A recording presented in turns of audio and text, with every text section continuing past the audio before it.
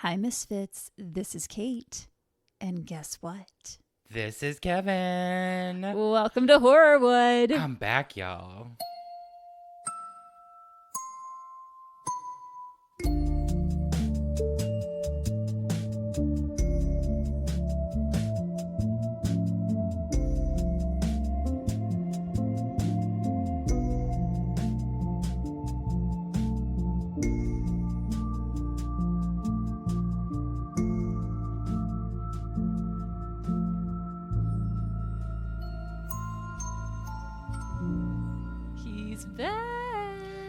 Back in the chair, back in town, back in the mindset, in the crime set, if you will. I will. Ooh.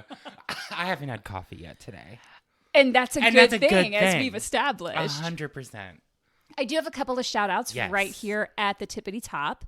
We have a new Patronian. Oh my God. Lisa Esposito is one of our newest Misfit Murderinos. Well, not one of. She is the newest She Misfit is the newest one. Murderino. She is the moment. Lisa. She is. Lisa, you're the moment. And thank you so much for joining our Patreon. Thank you.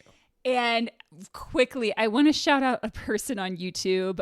They know who they are because I don't remember your screen name. Frontier something. Sorry.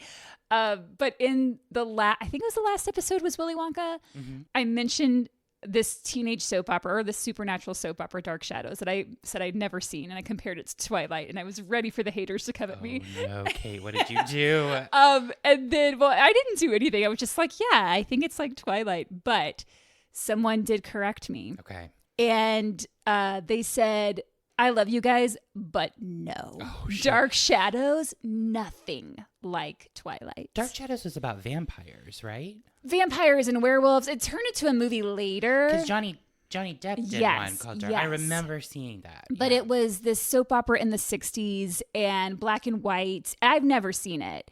It is not like Twilight, as I have been corrected. Okay. So I want to thank that person because it means that you're listening and you're paying attention and you care. So thank you. And I'm sure Dark Shadows didn't sparkle like those Twilight vamps. I have nothing to say to that. That's okay. Sorry. You and I should watch it. Maybe catch an episode or something. Maybe. I don't know that it sounds like my jam, but, I would give it a try. It was super popular back in the day. Yeah. I also didn't mention on the Willy Wonka episode, but because this YouTube user pointed out Dark Shadows, the reason it came up is because the actress Denise Nickerson, who played Violet, she passed away recently, and I might actually do a whole episode on her. Oh. I'm not sure. But anyway, I just wanted to say thank you to that listener, Frontier something. Sorry, I don't have your whole thing. But yes, thank you for filling us in a little bit on what that was. Apparently, it's like a guy in his late 40s playing a vampire, but it was popular with teenagers. I don't know. I'm sure he's going to, or she, I don't know who it is, will tell us more. Yeah. Let us know. Leave your comments. We love to read them. So you're back. And guess what, everyone? It's a Kevin episode today. It's my episode today. And I'm glad to be back. I'm sorry, everybody. I love you. I can walk on my foot again. Ooh, ooh. I do want to shout out Alien Shape on Patreon because I started taking tart cherry caplets. And it helped? Gone. Really? Because I assumed that your doctor got back to you and was didn't get back to me. Oh, cool. Okay. Yeah. Love the healthcare system in America. They were like, you need to come in for an appointment. And because my insurance switched, it was $300. Cool. And I was like, nope, canceled immediately. I'll just take what my Patronian suggested. That's what I did. People are saving our lives and making us healthy. They really are. And I did take naproxen as well, which is what Aleve is made out of. And they said, take a bunch of that. And that'll help. And then I took the tart cherry and it cleared up. Oh, wow. So I can walk. It doesn't feel like knives. Oh, my gosh. Well, I'm so glad for it. Me too. So, yes, I'm super glad to be back. Super pumped. Also, I want to tell you, I watched Heretic. What did you think? Night. I loved it. I think it is such a good film. Mm-hmm. What it has to say about religion, especially as someone who grew up in the church and had to do Bible drill and do all the things. That is such a good movie. Mm-hmm. I mean, Matt and I were just applauding at the end. We're like, yes, so good. One of my favorites I've seen in a long time. Same. I had heard about it. I knew when it came out that it was kind of a big deal. People wanted to go see it. It's A24. horror, and usually that does really well. But then I kind of stopped hearing about it, and then I saw it come up on Max. Yeah. And I was like, oh, I'll get to this eventually. But Yeah. then when you and I went coffee the other day, I was like, okay, I'm going to watch this. Yeah. And it was fabulous. I mean, that's the thing. I like waited for it to come onto streaming. And then when I saw it, I was like, ooh. And we watched, finally, Night Bitch last night. How was it? Because I haven't seen it. So I enjoyed it because I knew what I was getting into. Okay. A lot of people think it's going to be a different kind of film. It's not that. Would I say it's horror, even though it's billed as a horror comedy? Nope, it is not horror. It is about motherhood, which I guess can be horrific. But sure. I already knew what it was going into it. I thought it was well done. There are a few parts where I was like, well, they never connected that. And like, what happened there? Just like storylines I didn't feel were completely realized. But overall, really liked it. And the kid in it, they got very lucky to find that kid. He is so good. Oh, I love when you get like one of those child actors where you're like, damn. I mean, he's maybe like 2. And 2? Yeah. Oh, yeah. That kid, put him in every commercial, put him in all the movies. He's so cute. He's so fun to watch. I love it. Okay, well, I'll check it out because I saw the Night Bitch trailer and I'd heard about it. But I was like, I genuinely have no idea what this is. It's not what you think. Okay. That's what I kind of got the gist of, but I wasn't sure like what direction. So I was just like, I'll watch it one day. And I will say this. I mean, as a woman, I appreciated it, but I've never had a child. I've never been through a pregnancy. I'm not a mom except a Frankie. And I think for anyone who has experienced motherhood, they are going to like it They're going to connect on a with much it. different level. Okay. Yeah. 100%. So anyway, that was Night Bitch. And that was Night Bitch with Kate and Kevin. I love it. And what do we have with Kate and Kevin today? Oh my God, Kate. We are taking it all the way back to Elizabethan era England. I love an old timey. You know I love these old timey murder stories. Yes. I like have a list of them going. Oh wow, There's a lot of people killing each other back then, especially in the entertainment industry. Well, there you go. I mean, we've always been fucked up, I guess. Well, shit, and it never changes. Anywho, so yes, today we're heading back to Elizabethan era of drama in England. Hey, Queen Elizabeth I. Hey, Kiwi one. Hey, babes. Crazy. So let's venture on over to Old England, where Shakespeare is doing his thing and the theater world is hot and rife with creativity. I'm ready for it. We're diving into the second best English playwright of the time. Tell me more. Benjamin Jonson. Have you ever heard of Benjamin Jonson? Sorry, I was drinking my I nutritional apologize. blast. It looks amazing. No, I don't think I have. I haven't either. And it kind of bothered me when I figured this out because at the time, this is the time of Shakespeare. Yeah. Shakespeare is churning out those plays. He's acting. He's in everything. He's with the King's Men. And Ben Jonson is kind of the secondary playwright to Shakespeare at this time. Okay, I thought it was, what's the name? Christopher Marlowe. Well, that's also a debated thing with Shakespeare because there are some people who say that Christopher Marlowe was writing Shakespeare plays and that whole deal. But let's look at them as sort of one area, and then you have Ben Jonson. And Ben's over there hanging out. Area. It's like, I'm here too. He's churning out shit. He's writing a lot of stuff. He is literally top billing next to Shakespeare when it comes to writing. But that changes as time goes on, and I'll talk about why. Well, I'm ready for it. So, Benjamin Jonson was a talented, tall, over 6 foot, and bitchy poet and writer that used a sword to murder actor Gabriel Spencer in 1598. Wow, we're just really not even burying that lead. I'm not burying it because we know it's coming. Yowzers. So I say bitchy because he didn't sound like the most fun person to hang out with. Okay. There's a book out there called Ben Jonson, A Life, which I read, and people didn't really have great opinions of Ben. They liked his plays and they liked his poems, but not him as a person, meh. Okay. So he was very political, very opinionated, very angry, very judgmental. Okay, so bitchy. That's why I summed it up with that word. I was like, I think that's a good word to describe him. He would be mad at me for saying second best. It sounds like he would, yeah. But that's not my opinion. That's the cultural opinion that evolved over 4+ centuries. Plus, a lot of his stuff and works got lost. Oh, I see. Which, yeah. So let's dive into Old Ben. They got lost or people burned them? Probably both. Black. We love the Shakespeare. Black. So Benjamin Jonson was born in London in 1572, the son of a minister who unfortunately passed away 1 month prior to his birth. He was a son of a preacher man? He was. Like the son of a preacher man. Thouest waseth a son of the preacher's man's. That's so many extra syllables. I know. Well, oh my God, Kate, the amount of shit of Old English shit that I had It's to like sift they through. get paid by the letter. I was typing the same word after each word over and over again when I was writing out quotes. And I was like, I can't do this. I did it. But I was like, enough. Shut up. Just say that he did this. Ugh, anyway.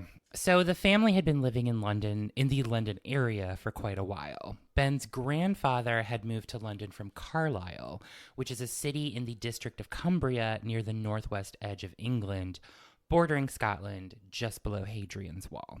Alrighty. Did you ever go to Hadrian's Wall? No, I went to Scotland. I did get to see the wall, which is like Roman Empire, like border thing. It was really cool. And that's the technical That's what description. they told me when I went there. It's the Roman Empire border thing. Ever heard of it? That's the whole history. There's no more. Oh. Anyway, it's noted that later in life, Jonson was very much a critic of religion, even though he was the son of a preacher man. Like, he wrote satirical things about Puritanism, but it tracks that he grew up like staunch Protestant. He would have liked Heretic, I think so. I think he would have loved it. But what's weird about this also, Kate, is that later in life, he converts to Catholicism. So maybe he wouldn't have. maybe not so much. Maybe we spoketh too soon. Yes. So after his dad died, his mother eventually remarried about 2 years later. Okay. His stepfather was a bricklayer and had 2 younger children from his previous marriage named John and Robert. At this time, Ben is like there's a 10-year age gap between him and these kids. So also interesting to note, there really isn't any evidence to support that Ben had any ill will against his stepfather or step-siblings. It seemed like a pretty chill household, which is nice. Good. I think it's good. So the family lived in Charing Cross on Hartshorn Lane at the time, which was not a glamorous place to live. It was a busy street filled with carts and a big old sewage drain that ran straight through the street down to the river. Delicious. Wonderful. Smelled amazing. So good. Potpourri. I looked up this street over a few centuries of maps because I wanted to pinpoint where it was. That's hard to do, so kudos to the cartographers out there. That's just a sentence you don't hear often. I know. Kudos to the cartographers. I want that on a t-shirt. Kudos to the cartographers. That'll be on our next merch that we're, always planning. We're always talking about. Does anyone want to help us with merch? Does anyone know how to do merch and how to get that going? Help us. Send us an email. Let us know. Yes, thank you. So what I can glean, the road doesn't exist anymore. Okay. But it was between Northumberland Street and Craven Street, just off the Strand, which is now just office buildings over it. Ben attended a private school in St. Martin's Church, which is now St. Martin in the Fields Church. The school system in England I've always been fascinated by it. I know that's a weird thing to say, but whenever I'd be over there and people are talking about education, I'm like, what does that mean? What does that mean? So there's state school, public school, and private school. Yes, and it's different there than what it means different. Here. State is the free school where you don't have to pay anything. It's run by the government. Private, you have to pay a little bit of money to go, and that's how the school makes their money. And then public is Ivy League. Yeah, that's the elite. The elite schools. It's kind of the opposite here, because private here is the pay, you got to pay some money, and it's upper echelon, but complete opposite. Right. I finally nailed that down and looked it up. You locked it in. After 20 years. Said, I've been interested in this. Oh, wait. I can just find out. Look it up. Shout out to the school I looked it up on. Kudos to the cartographers. Shout out to the schools. Oh we have so much love for all the academics out there. We do. So Jonson later went to Westminster School with the help of a family friend. Today, it's considered a public school. So it's like a hot ticket and pretty prestigious even back in that day. So unfortunately, it doesn't sound like Ben spent too long there, as he was taken out in 1589 and followed in the steps of his stepfather and went into bricklaying. Okay.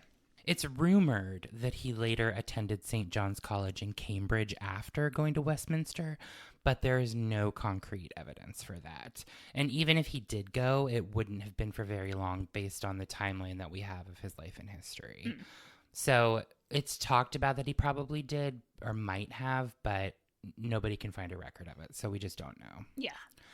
So some of the writings I looked at from this time suggest that he didn't super love talking about his early life to many people, especially because he kind of detested bricklaying. It sounds like he was He's a really smart guy, and I think I think what was happening was his stepfather had his own bricklaying business and wanted somebody to like take over for him or start to get into it so they could eventually take over. Because when you said he was taken out of school, it sounds like it was against his will. It does. And I also think it was a money issue as well, because he's having to pay to go to these and a family friend is helping. So it's also sounding like funding fell through. Yeah.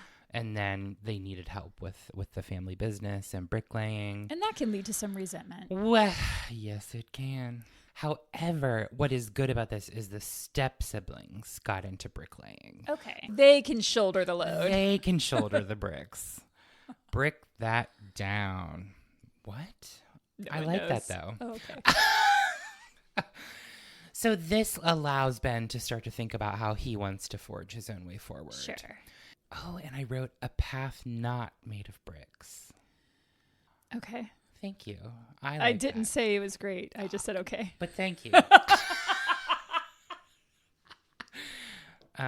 what I wrote in my notes. Anyway, so people... I'm assuming that everything you say is what you wrote in your notes. You look over and it's just... That's what I wrote in my notes. That's what I wrote in my notes. That's what I wrote in my notes. The whole thing for 11 pages. And I'm just staring at it. So people around Ben at this time always heard him quoting Greek literature from Homer, and he was very witty and very quick. Mm-hmm. And after all of the school stuff and bricklaying, he eventually decides to go into the military. Oh. At around 1591. Okay, I didn't see that coming, but okay. At this time, efforts were being made to increase English presence in the Netherlands, Luxembourg, and Belgium, aka what were known as the Low Countries in Europe. I mean, I imagine it was probably a common thing, I guess, for guys of his age to do. Yes, I think so. And there's so much conflict constantly. So Low Countries mean that they are close or below sea level. I was like, what does low country mean? You know what? I did not think that that's what that meant. I didn't either. Now I know. So based on the wars that were happening at the time and the time frame of this, I pinpointed it to the 80 Years' War, which started in 1568 and ended in 1648. Okay. This was a major conflict between the Netherlands and the surrounding areas and Spain. He did see some battle action in Flanders, Belgium. It's reported that he fought and killed an enemy soldier in combat. He apparently took the slain soldier's weapons as trophies. Oh, I don't love that. I don't love that either. Ben spent about a year in the military and then came back to London. He married a woman named Anne Teresa Lewis in 1594 and had 3 children. However, 2 of his children died very young. A daughter named Mary passed away at 6 months old. Oof. And then a son, Benjamin Jonson, named after, of course, Ben, died of bubonic plague when he was 7 years old in 1603. Yikes. Their third child, also named Benjamin Jonson. He named both his sons Benjamin Jonson? Yeah. Wow. I feel like there was a different route you could go there. I think he liked himself a lot. Their third child, Benjamin Jonson, passed away in 1635. Oh, geez. Actually, a couple years before Ben would actually pass away in 1637. So between 1592 and 1597, Ben Jonson starts his theater career as an actor. All right. He gets in with the Admiral's Men, which was a big deal acting company at the time, and considered, I hate to say this again, the second most important acting troupe of the English Renaissance theater. And we're back to second place. So who was the first, Kate? I'm going to say Shakespeare. Of course, the King's Men, a.k.a. Lord Chamberlain's Men with Shakespeare. Shakespeare. Shakespeare. So yes, Ben Jonson was working in theater at the same time as our boy William. Crazy. I want to note here that it's said that Ben Jonson absolutely adored Shakespeare. Oh. And called him thou star of poets, not for an age, but for all time. However, he was also super critical of Shakespeare. Okay, he fair. praised him, but he was also like, now let me tell you. Mm-hmm. He said that Shakespeare lacked creativity in his descriptions, and he had a poor grasp of the Latin and Greek classics. Okay. It's interesting to note here that Shakespeare is really the one that comes out on top. Whoa, what was that noise? They're back. Matt's back. Oh, Matt's back. Matt and Frankie. You looked at me like, they're back. And I was like, who? It's the poltergeist. Anywho, in the summer of 1597, the Admiral's Men were performing at the Rose Theatre under the management of Philip Henslowe. No one really liked Ben as an actor. He wasn't a good actor, according to his friends or his troupe. Okay. Everyone around him said that he was better suited as a writer. I think it was one of those things where it's like, yeah, maybe try this instead. Try this. We need some help. Yes, you try this. And thus begins his illustrious playwriting career. Since the acting thing wasn't working out so well with the Admiral's Men, he started getting little bits of writing work here and there. He would patch up old plays. Okay. But also collaboratively write stories with other members of the troupe in the Admiral's Men. All right. Henslowe was making the Admiral's Men churn out plays at a fast rate. Everybody was at this time. Plays left and right. Yeah. Plays coming at your face. Plays popping out of the street. They were literally performing 6 different plays each week. And at their most, during the 1594-1595 season, they staged 17 new plays in 2 weeks. In 2 weeks? 2 weeks. 17 plays in 2 weeks? That's more than a play a day. I know. Fortnight is 2 weeks, right? Yeah. Okay. So 2 weeks. Just checking. But this, like I said, this was the culture back then. Audiences wanted new material and they wanted it now. But what's funny is that at this time, there wasn't really a word to describe a playwright or dramatist. Like we had writer. Sure. But the term had not been officially coined yet. However, guess who is said to have coined the word playwright? If you say it's Ben Jonson. It is Ben Jonson. I did not know that. I've never heard of this guy. I know. I feel bad, but also like I don't, it's just well, I mean, he murders somebody, so. He murders 2, if you count the soldier. Oh, true. In a folio edition of his works in 1616, he refers to a loathsome character in one of his works named Playwright. Okay. Who makes plays like a wheelwright makes wheels. A wright, W-R-I-G-H-T, is essentially a maker or a builder of something. So he has a character in his play called Playwright. There you go. And thus we have the He was term. like, you know what? That's actually a pretty good word. I bet he was writing with his quills or whatever, and he was just like, Playwright. Ben, come here. They can't. They're dead. Ben. Oh, my God. I forgot that they all died. No, fair. That's fair. I will also say, I don't think I wrote it in here, but after the first death of his child, he and Anne, his wife, didn't really have like the closest relationship. They separated for 5 years. Oh, okay. And they lived in a different housing accommodations. And he called her an old shrew, but honest. He sandwiches the compliment. He's like, I don't really want to be around you anymore. You're an old shrew, but you're honest. You're honest. And to Shakespeare, he's like, you're the greatest poet of all time. You can't describe shit. You don't know shit. You don't know shit, and you can't just write shit. God damn. All right. So acting and writing back in this time were different feats and not paid very well. Still the case. I was going to say back in this time. In this time as well. And it's nearly the same today. So on average, Jonson was probably earning 5 to 10 shillings a week as an actor, and certainly less than that if he was touring with the company.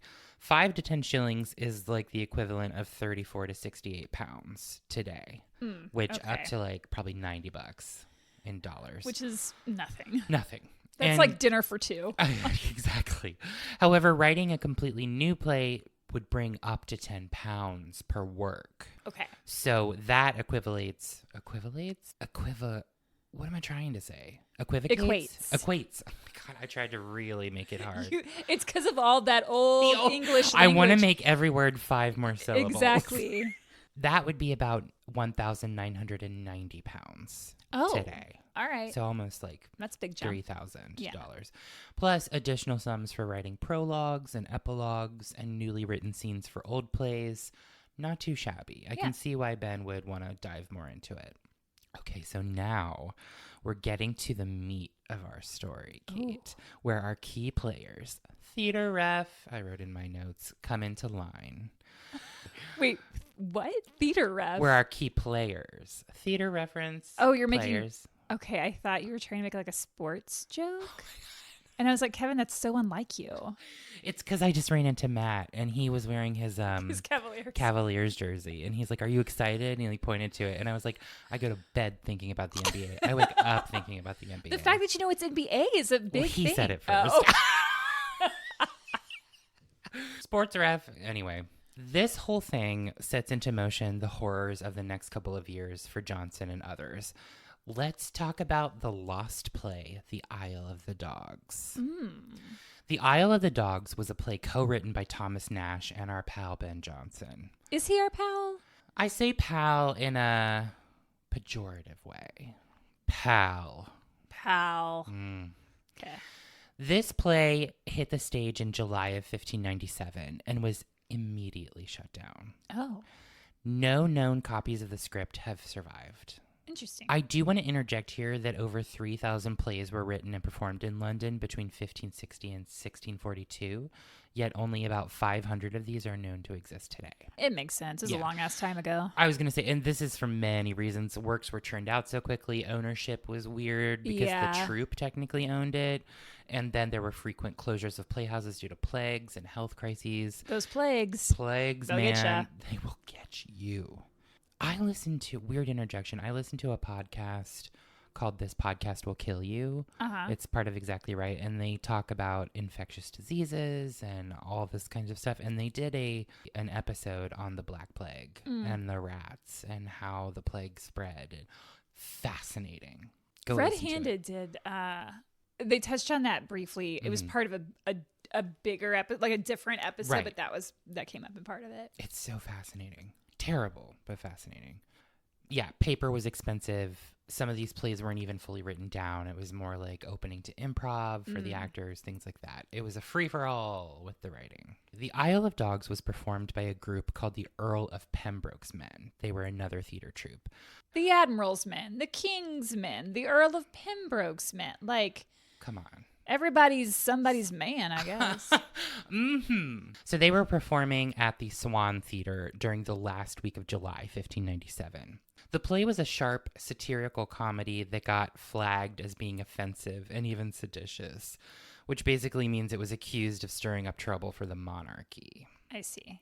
Authorities weren't specific about what exactly crossed the line, but there's a hint from another play called The Return from Parnassus that Queen Elizabeth I herself might have been mocked. And you didn't do that shit. You don't do that. No. You did not do that shit. There are a ton of theories about what actually happened that I read through. There's a really cool website called Lost Plays.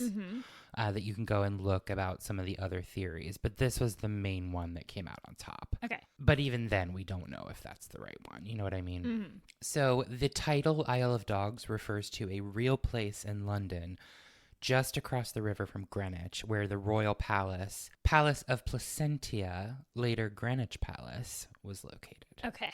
Not anymore. But this is where the queen reportedly kept her dogs which is how the area got its name, the Isle of Dogs. Alrighty. I thought they were calling the monarchy a bunch of dogs. So. Well, they might have been as well. I thought it was like is it a double meaning situation? They're also witty. I wouldn't be surprised. So one theory from scholar David Riggs is that the play made fun of the Queen's advisors by calling them lapdogs. Oh, okay. Well, there you go. So also, yes.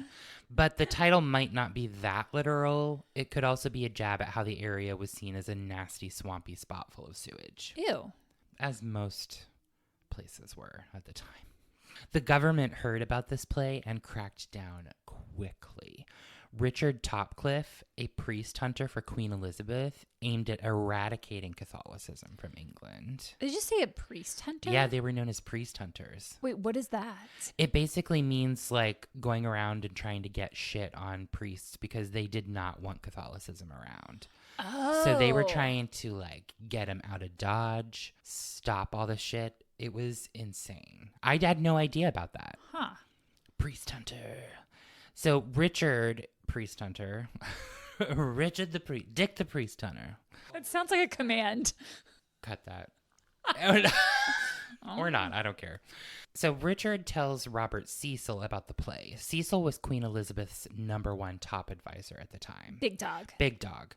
Cecil brought it to the Privy Council on July 28th, which is the council in the government that had lots of power. Okay. So here's a little bit of backstory. The Privy Council has been around since 13th century, originally acting as the executive branch of the English government before most of its power shifted to the cabinet by the 18th century. Okay. It still exists, the Privy Council. These days, it's mostly a formal advisory group to the monarch made up of senior political, judicial, and religious figures like cabinet ministers, archbishops, and the heads of devolved governments who are appointed for life and get to call themselves the Right Honorable. Oh, okay. You know what? I've heard about, the Right Honorable. Yeah, I've read about like the different. I can't remember what episode it was. It came up for me in my research. Anyway. Yeah. So its main job now is to give legal backing to things like proclamations and orders in council. But at this time, it was like the top dogs. So 3 of the actors in the show, in the Isle of Dogs, Gabriel Spencer, Robert Shaw, and Ben Jonson, were arrested and thrown into, I should have looked up how to say this, Marshalsea Prison in Southwark, just south of the Thames. Okay. Nash, the purported other writer, got lucky. He wasn't in London at the time. He was in Great Yarmouth, but officials raided his house and took his papers. He later distanced himself from the play, saying it was basically a mess and he was happy to run away from it, claiming he only wrote the intro to the first act. He was like, I didn't write the whole thing. I wrote the intro. So bye. Bye. And he ran away and didn't get in trouble. It's like, good for him. I'm just gonna escape. To Yarmouth. So Jonson, for his part, said he didn't say anything during questioning except yes and no. When the Privy Council took him in for questioning, he was like, yep, nope, didn't say anything else. The authorities even planted 2 spies. One named Robert Poley, the other known only as Parrot. Parrot. In his cell. Oh. In prison. They planted spies to try to get They're the going truth. hard. They're going so hard on him. He later roasted them in a poem called Epigram 59 of Spies. Spies, sorry, I'm going to start that over. This is the poem, yeah. Spies, you are lights in state, but of base stuff, who, when you've burnt yourselves down to the snuff, stink and are thrown away. End fair enough. Beautiful reading. Thank you. Have you ever read a poem at a coffee shop? Like a poetry reading? Oh, no. Oh, I did. Okay. I took a poetry class in college, and we had our little event at Berea Coffee and Tea. Berea. And I had my microphone, and I read a poem I wrote about my mom's perfume. What was it about her perfume? She used to wear Charlie. Do you remember Charlie perfume? Mm-mm. It comes, I think there's Charlie blue, white, and red. She used to wear Charlie blue, but she would just every morning all over. Just keep going. My. Keep going. So that smell is like locked in my mind. I see. Doesn't sound like it was a great memory. It was a good poem.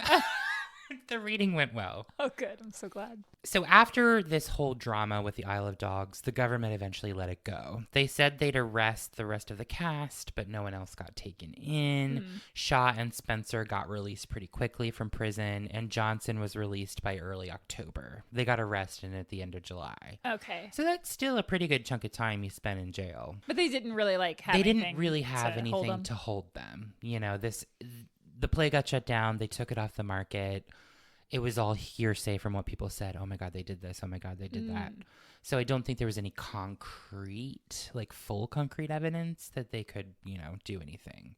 The acting companies, including Pembroke's Men, were back on stage before the year was out. Okay. So everything just resumes as normal. Yeah. The only one who really suffered long-term was Francis Langley, the guy who ran the Swan Theater and Pembroke's Men, the troupe. He couldn't get his license renewed over the whole situation. So they did end up shutting down the theater. Aw, poor Francis. I know, but there was also some shit going on with him at the time. He had been involved in some shady deal involving a huge Portuguese diamond. Oh, Francis. You got to be careful with those Portuguese diamonds, honey. So the Swan did close. The theater did close. That's also a theory is like, okay, so this play that allegedly talks shit about Queen Elizabeth happens. But then, so here's this guy who runs the theater where the play is going, and he's involved in some shit too. So maybe we use that as a means to an end. The actors had to suffer. Ben had to suffer for a couple months. But then Langley loses all his shit. This whole event is seen as a major moment showing how tightly theater politics and the royal court were connected. But figuring out exactly why it happened wasn't so simple. There was also at the time this broader crackdown on theater from the Privy Council itself. Oh. The Privy Council ordered all theaters shut down on July 28th. They've always been coming for the arts. They hate it. Possibly because of the play, but again, we don't really know. Others argue that the order didn't actually mention the Isle of Dogs, and it might have just been part of the usual pressure from city officials to just ban theater altogether. I don't think they liked how plays could sort of make people think and have their own opinions. Exactly. Either way, performing Isle of Dogs around that time didn't help. What's crazy about this is that the theater community essentially ignored the government. They were like, close down your playhouses, stop producing plays. And the theaters were like, yeah, sure, Jan. Sure, Jan. And they kept on keeping on. Yeah. Like, they were like, no, what are you going to do about it? There's so many of us. What are you going to do about it? So Jonson pretty much immediately after getting out of prison goes back to writing. Everything resumes. However, on September 22nd, 1958, some shit went down between Ben and Gabriel Spencer, one of the actors he had been imprisoned with for the Isle of Dogs business we just talked about. Again, not a lot out there of Gabriel Spencer because he's sort of this random actor guy. What I did find was that he was born in 1576 and christened on April 8th, 1576 in Christchurch, Newgate as the child of Gabriel Spencer. Did all the men just name their kids after themselves? Yep. They're like, I've got a pretty good name and I want people to know it. Gabriel. What do you think?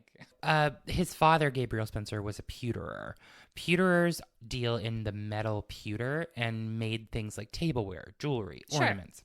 Gabriel Spencer Jr., actor, first appeared in the theater as part of the Pembroke's Men production of The True Tragedy of Richard, Duke of York in 1592. Okay. So that's his first acting credit that we can find. What we do know is that Gabriel Spencer left the Earl of Pembroke's Men troupe after he was released from prison for the whole Isle of Dogs thing. And he went on to join the Admiral's Men. Not only join, he became a leading member of that troupe. Good for you, Gabriel. Yeah. Spencer was also said to have a huge temper. Well, Gabriel, see, this you build these guys up, and I'm like, good job. Good job, Francis. Good job, Gabriel. Mean old man, it sounds like. Maybe not necessarily mean, but he could get angry. Okay. So one book I referred to said his temper was vicious and ungovernable. Ungovernable? What a description. I know, right? So the argument between Jonson and Spencer isn't super well documented. Okay. But scholars have discussed and pondered this for a while, and we can kind of narrow it down to what it probably was. The consensus is that the two men were arguing about professional loyalty. After Isle of Dogs, Jonson sort of starts looking beyond the Admiral's men. He's still a part of the troupe, don't get me wrong. He's still writing plays and getting paid by Henslow, but he becomes a free agent of his own creativity. So instead of being tied to one company, he starts publishing. He starts selling more of his things to other companies. Okay. And one of his plays, Every Man in His Humor, was sold to Lord Chamberlain's Men, where William Shakespeare was listed among top billing for the original cast. So, whoa. I mean, that's a big deal. It's a big deal. Moving on up. Spencer was said to have been confronting Jonson about this. What was his beef? He was like, well, why didn't you give us that play? Okay. Like, why didn't you do this for our company? I see. Like, Spencer has sort of a stake now in the Admiral's Men, and Jonson is, you know, the popular writer who's putting on all these plays. And now Jonson is kind of like, well, I want to kind of like branch out and take my shit elsewhere. And Gabriel Spencer's like, I don't think so. Especially if he's like one of the top actors there. Exactly. And it also sounds like, I think I wrote this a little later on and I'll skip it if I did, but when Spencer joined the Admiral's Men, Philip Henslow, who basically owns them, gave him a stake in the company. So, like, he could help make decisions. Okay. He was also a top actor. He was, like, consulted. So he's a big dog He's there. becoming a big dog there. Got it. Dogs really are a prominent term in this episode. Damn, all kinds of them, too. People, actual dogs. Plays. The Dog Days Are Over, a song by Florence and the Machine, which I love. So before we get into the main crime of this story, I do want to say what's interesting here is that Gabriel Spencer had been involved in a fight 2 years previous to this fight with Ben Jonson. Oh, so they have history. Like beef history. No. Gabriel Spencer fought another guy. Not Ben Jonson. Oh, sorry. The way you said that, I thought it meant that like they had fought previously. No, they hadn't fought previously. Gabriel Spencer had fought someone else previously 2 years prior. So on December 3rd, 1596, between the hours of 5 and 6 p.m., Spencer was in Shoreditch, East London, at the home of a barber named Richard East. This was some kind of personal gathering between friends. Everyone's just hanging out. Having a good time. I'm not sure if East was Spencer's barber or not. Get their hair cut. Get their hair did. Pedicure, get your nails done. Get your hair did. So, things quickly escalate. Spencer gets all up in arms with another man named James Feek. It's officially reported in legal documents that insulting and reproachful words were said and spoken. Okay. Why did we need to say said and spoken? That didn't even hit me. It started to hit me every time, and I was like, I have to just summarize this. Anyway, James Feek picks up a copper candelabra in his right hand, and he is about to throw it at Gabriel Spencer. Jeez. Spencer is like hell to the no, pulls out his rapier sword, lunges forward, stabs James Feek right in the right eye. Oh. Which permeates his eye, goes into his brain. Oh. The wound was 6 inches deep. That's going to leave a mark. And 2 inches wide. James doesn't die right away. Feek is taken to a nearby hospital and dies 3 days later from his injuries. Oh, jeez. Nothing legal happens with this because he gets cleared on self-defense almost immediately. Gabriel does? Yeah. Wow. Bananas. So let's go back to Spencer versus Jonson. Spencer gets into this fight with Jonson. And he's like, let's go to Hogsden Fields in Shoreditch, which is now known as Hoxton Fields in the London borough of Hackney. Gabriel Spencer was like, hey, Ben, meet me at Hoxton Fields. Let's do this. And he's got a past now. He has a past. Well, so does Jonson. He killed that guy in Belgium. He basically said, I challenge you to a duel. Okay. And then a sword fight ensued. Sword fighting was super illegal at this time. You could not do that. That was bad. Don't fight. Don't fight. Boys, Jonson would have been trained in swordsmanship during his time in the army. Spencer would have been trained in sword battle for the stage. Which of the two do you think would win? That's going to be Ben. Also, you also told me at the beginning of the episode. I did tell you at the top. I just wanted to lay it all out there. We know where we're going. We know the turns. We have to pump the brakes before we accelerate. I see. The fight starts hot, and not in the good way. Jonson's arm gets sliced by Spencer's rapier. Ooh. But almost immediately, Jonson was able to just right under his arm, pierce his side, which instantly killed Spencer. Oh, jeez. The wound was 6 inches deep and 1 inch wide.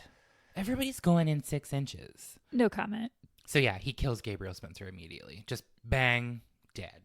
Yikes. And Gabriel Spencer is buried the next day at St. Leonard's Churchyard, Shoreditch, on September 23rd, 1598.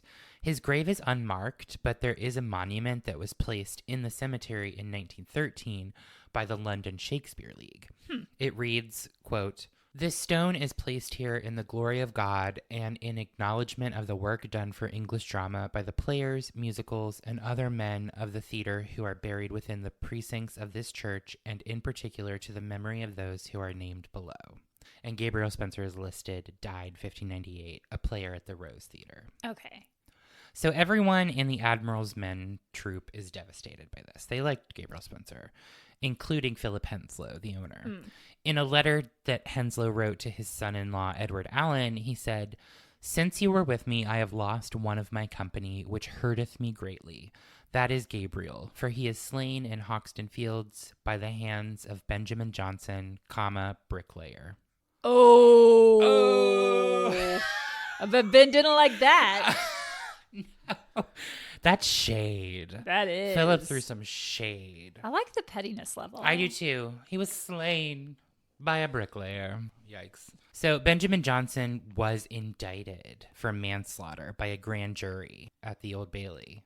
Did they have first degree, second degree back then? I don't believe so. Okay, because I was going to say manslaughter, you brought a sword to the fight. I thought that too. Okay. But I don't believe we had first and second at this time.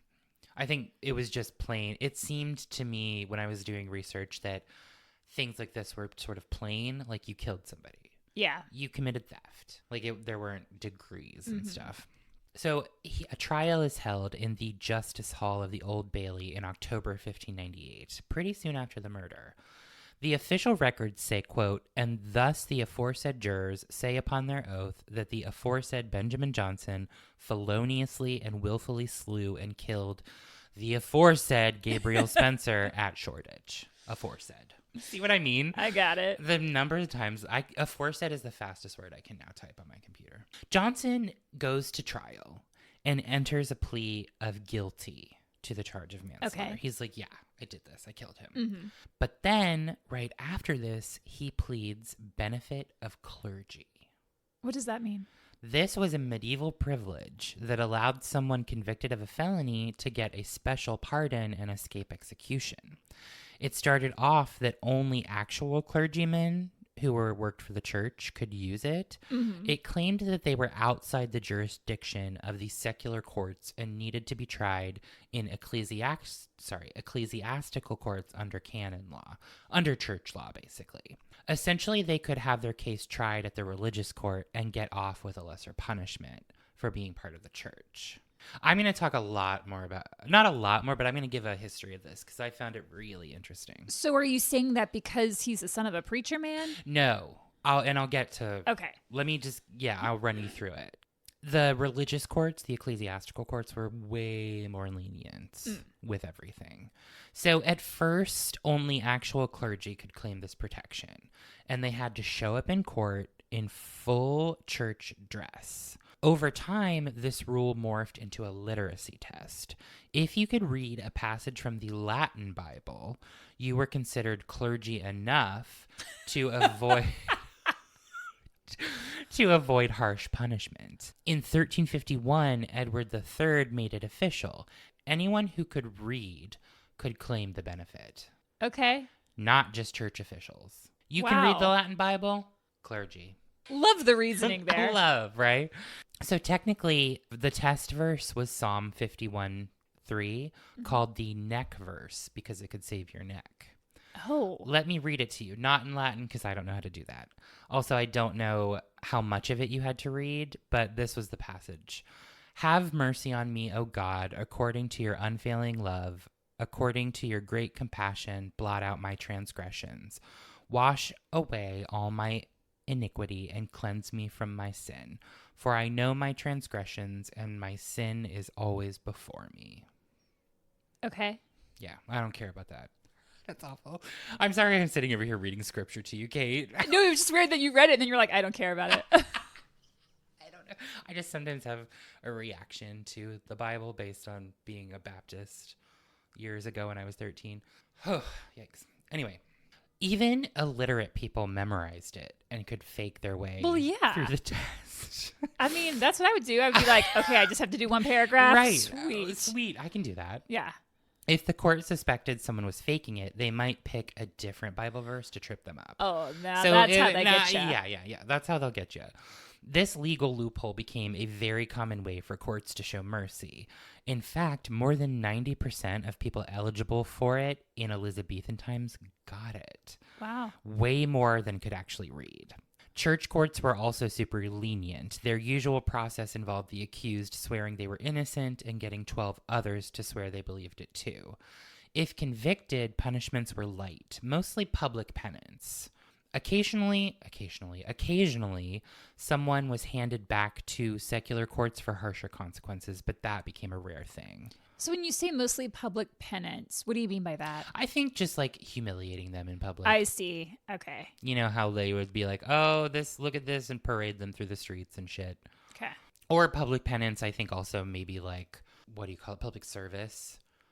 Also, you know what I mean? Okay. When you'd have to go out and do service hours, things like that. Okay.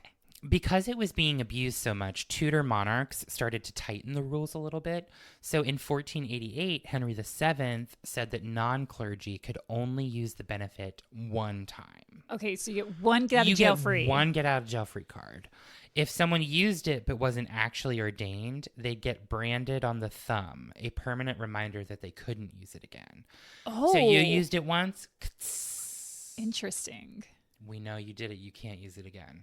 Then came Henry VIII, who took things a little bit further, as usual. In 1512, he made certain crimes like murder and serious felonies totally ineligible for the benefit. This pisses off Pope Leo X, and the argument over this was part of what led Henry to break from the Catholic Church in 1532. Well, and also he wanted a divorce, which created the Church of England, so that was part of it too. Laws kept evolving. Okay. A 1530 law allowed second chances only for accidental manslaughter, not for serious crimes like murder. By the late 1500s, the list of unclergyable crimes had grown to include murder, rape, poisoning, treason, sacrilege, witchcraft, theft from churches, burglary, and even pickpocketing. In 1533, if someone refused to enter a plea, they lost the right to claim clergy benefit. You had to say you were guilty or not guilty. Okay. Finally, in 1575, Elizabeth I changed the system again completely. Instead of asking for benefit of clergy before trial to move the case to a church court, now it happened after conviction but before sentencing. So you still had to go through the regular court process. Sure. It didn't erase your conviction, but instead softened the punishment. First-timers, of course, would get branded and jailed for up to a year instead of being just outright hanged. I mean, that's a big difference. Yeah, I'd say. Up to a year in jail, death. Death. So this is what Ben Jonson ends up pleading. I mean, I would too. Yeah, and he's a smart guy. Can't blame him. The bishop's representative in court let Jonson choose his own passage of the Bible to read. Wow, okay. Jonson reads his Latin verse, and the judge asks, I can't read Latin, legit ut clericus? Is he asking like, okay, is that correct? Okay. And then the bishop representative says legit. Okay. Legit, or I don't know how you say it in Latin. And boom, sentencing lifted. Boom. No jail time, no hanging, no nothing. Innocent. He just memorized a verse and said boopity boppity. And the fact that he got to just pick it. Yeah. Like, why did he get that well, privilege? I think it was because he was so smart and he just had the Latin Bible and could probably read any of it. Okay. You know what I mean? Yeah. So, however, we know that anyone invoking this plea can only do it once in their lifetime. So he gets an M for murder branded at the base of his left thumb. He pays his jailer's fees and he gets released from prison. Wow. The benefit of clergy is formally abolished in the UK by 1827. And so it stuck around for a while. Well, it even came over here to the States. Oh, really? There are instances of people using benefit of clergy in early American court systems. Wow. So yeah, with any doubts lingering, it was cleared up by a final act in 1841. In the U.S., it was removed from federal capital cases in 1790, but lingered in some state courts into the mid-1800s. Remarkably, Rhode Island didn't officially abolish it until 2013. What? Yeah. 2013? I mean, I think it's one of those things that maybe, those old laws that are on the books it's just nowadays there, that are just there, but nobody use it. actually does anything. I think that was probably the case. I don't think people in Rhode Island were like, benefit of clergy. You know what? If there was somebody smart there and they were like, there's got to be a law here somewhere. I got to find a loophole. Lawyers in Rhode Island who might be listening, tell us. So Ben Jonson then continues his writing career. He just kind of moves on. Sounds like it. Happened. He's like, oh, my left thumb hurts, but I'm alive. I'm alive. So King James I comes to power in 1603. Ben hops on that royal bandwagon. He starts writing fancy court performances called masques, which were kind of like plays mixed with music, dance, and spectacle. Yeah. Super over the top. The king and queen were obsessed. I'm sure. They eat that shit up. They ate it up. At the same time, Ben still has a rebellious streak. People said he was mooching off friends and generally didn't care what others thought of him. That might be why he kept clashing with the government. In 1603, he got grilled over a play called Sejanus, I don't want to say anus, when touched on political corruption. The play was a little bit too political for people's liking again. Yeah. But nothing really comes from it. Later, he ends up at a dinner with some of the gunpowder plot guys. What? The gun what? The gunpowder plot. Guy Fawkes. I'll talk about it. Oh. But he avoided jail for that because he spilled everything he knew to the authorities. The gunpowder plot, listeners who don't know, was a failed attempt in 1605 by a group of English Catholics to blow up the Houses of Parliament and assassinate King James I. The conspirators, including the most famous member, Guy Fawkes, were angry over the king's refusal to grant more religious tolerance to Catholics. Their plan was to ignite barrels of gunpowder hidden in a cellar beneath Parliament during its opening session, killing the king and much of the government in one blow. Spoiler, it didn't happen, and people were caught. And now there's Guy Fawkes Night, and it's a celebration, and they do fireworks. Scared the shit out of me when I lived there, because I was like, "What is happening? What's going on? Why is this happening? It's crazy." Well, and also when I was there, it was at the same time of the London riots in 2010. That was crazy. Wow. Jonson continued to crank out masks, like the Mask of Blackness, and teamed up with Inigo Jones, the set designer. They had a love-hate working relationship. I think everyone had a love-hate working relationship with Ben Jonson. Around this time, Jonson paused writing plays for the public stage and focused on court gigs, probably because they paid better. Sure. He once said he barely made £200 off all his plays for the troops and stuff.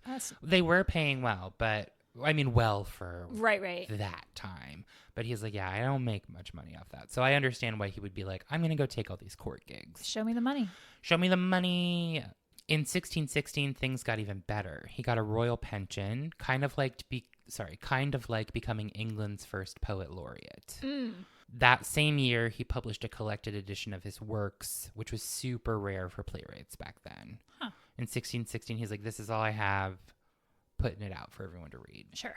In 1618, Jonson decides to literally walk from London to Edinburgh. Why? Your guess is as good as mine, Kate. Where he got the VIP treatment. I tried to find why he did this, but I think it might have just been for attention. He stayed with poets, partied with nobles, and had deep conversations with friends who would secretly write down all of his shitty opinions and then publish them later in letters. Oh, interesting. He had a very high opinion of himself and didn't think much of other people. So in 1620s, things start to dip. Health is not great. There's money issues. Okay, I need to take a second. Every other word is coming out wrong. I started speaking in pig Latin. Isn't that something? Arted stay. Started? Yeah. Okay. I'm not great at interpreting pig Latin.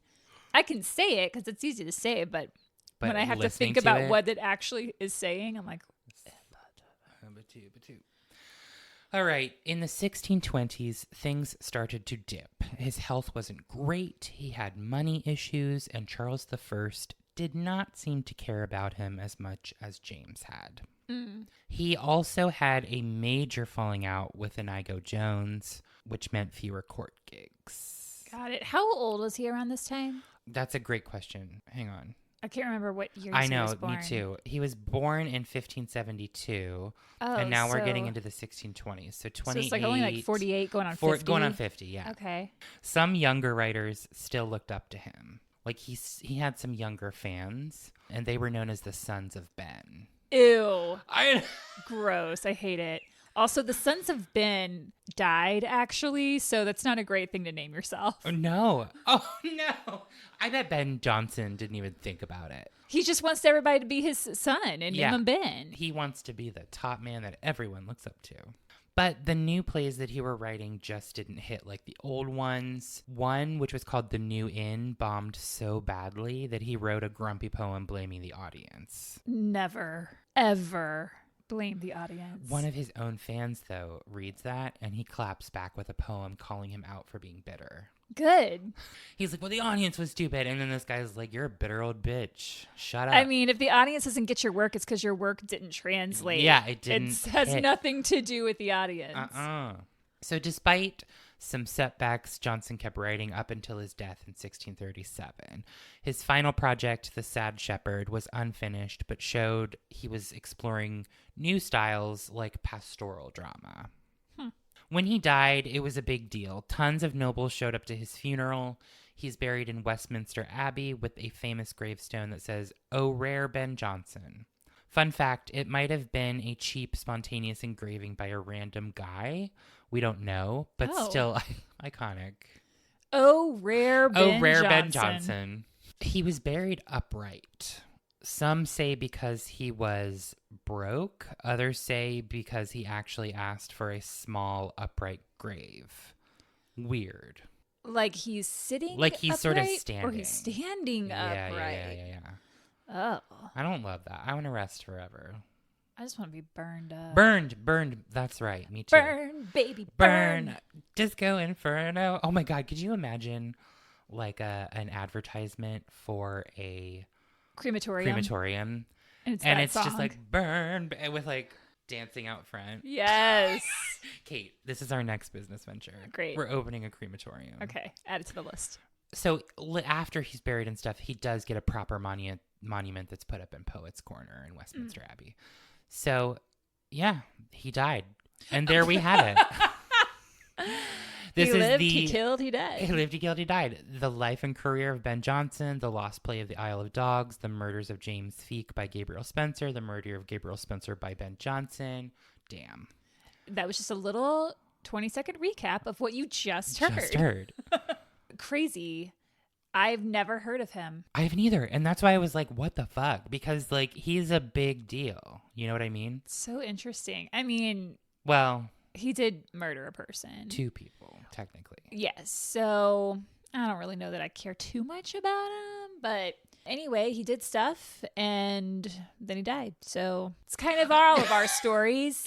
That's how it goes here over at Horrorwood headquarters. Yes. And you can leave us your comments on Instagram, Facebook, YouTube, or Spotify at Horrorwood Podcast. Or send us an email at horrorwoodpodcast@gmail.com. Or you can be like Lisa Esposito and pop on over to Patreon at patreon.com/horrorwoodpodcast. That's the that on that. Welcome back, Kevin. I'm back. And don't do murder, especially with a sword, because that's our second sword murder. Too many sword for deaths. Horrorwood. Put your What are swords people away. doing? Put your swords away.